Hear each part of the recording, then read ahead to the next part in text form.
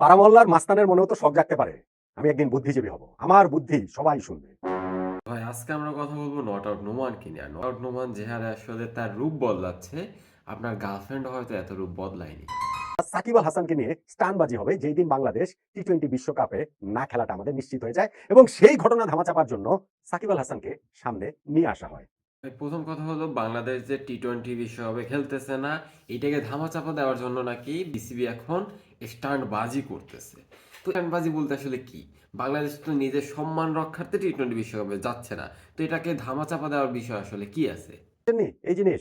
মানুষ এত বোকা, মানুষ এত গর্ধব। এই একটা শ্রেণীকে বাদ রেখেই বলছি, যারা নিজেদের হিরো রাজনৈতিক স্বার্থ চরিতার্থ করার জন্য এখনো এইটার পক্ষে বিভিন্ন রকম কার্যক্রম চালাচ্ছেন। ভাইকে মানলাম যে সে সাংবাদিকতা করেই তার সংসারটা চালায়, কিন্তু কথা হলো হচ্ছে যে মান সম্মান বিসর্জন দিয়ে তো আর সংসার চালানোর কথা না। আর সামি ভাই কয়দিন আগে বলছে যে সব থেকে যদি কারো লস হয় টি-20 বিশ্বকাপে বাংলাদেশ না খেললে, সেটা হবে অন ফিল্ডে। তো সেই অন ফিল্ড বাংলাদেশের এই সিদ্ধান্তকে সাপোর্ট করতেছে। একজন হচ্ছেন কি আসিফ আকবর, যার মূলত এই বোর্ডটাতে কাজ ওই রংবাজের মতোই, কথাবার্তার ধরনে সেটা বুঝতে। এখানে একটা বিষয় ক্লিয়ার করি যে সাকিবকে আনার একটা মূল কারণ হতে পারে যে বাংলাদেশ যেহেতু বিশ্বকাপে খেলতেছে না, বাংলাদেশ এখন থেকে যে স্পন্সর কম পাওয়ার একটা সম্ভাবনা থাকতে পারে। তো সাকিবকে ফিরিয়ে আনা হয়েছে যাতে বাংলাদেশের এই স্পন্সরশিপটা আসলে ভালো থাকে বা বজায় থাকে, কারণ সাকিব কিন্তু একটা হিউজ মার্কেট। ভাই চিন্তা করেন, এই যে নোমানের মতো সাংবাদিকদের পেট চলতো আগে সাকিবের নিউজ করে।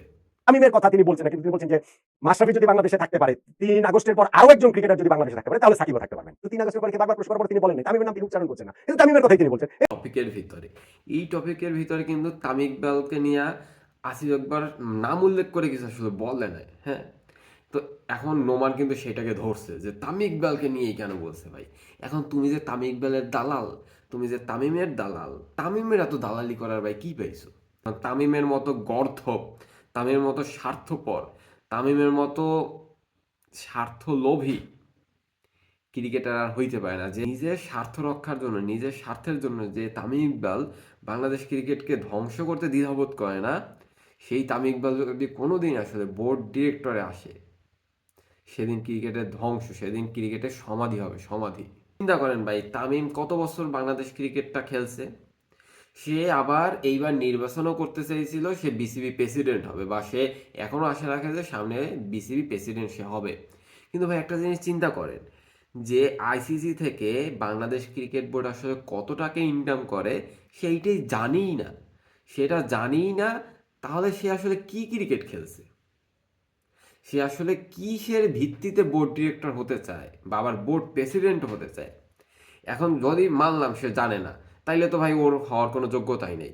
এখন যদি আমি ধরে নিই যে সে জানে, তারপর সে একটা তথ্য দিল যে 90 থেকে 99%, তো সে একটা ভুল তথ্য কেন দেবে?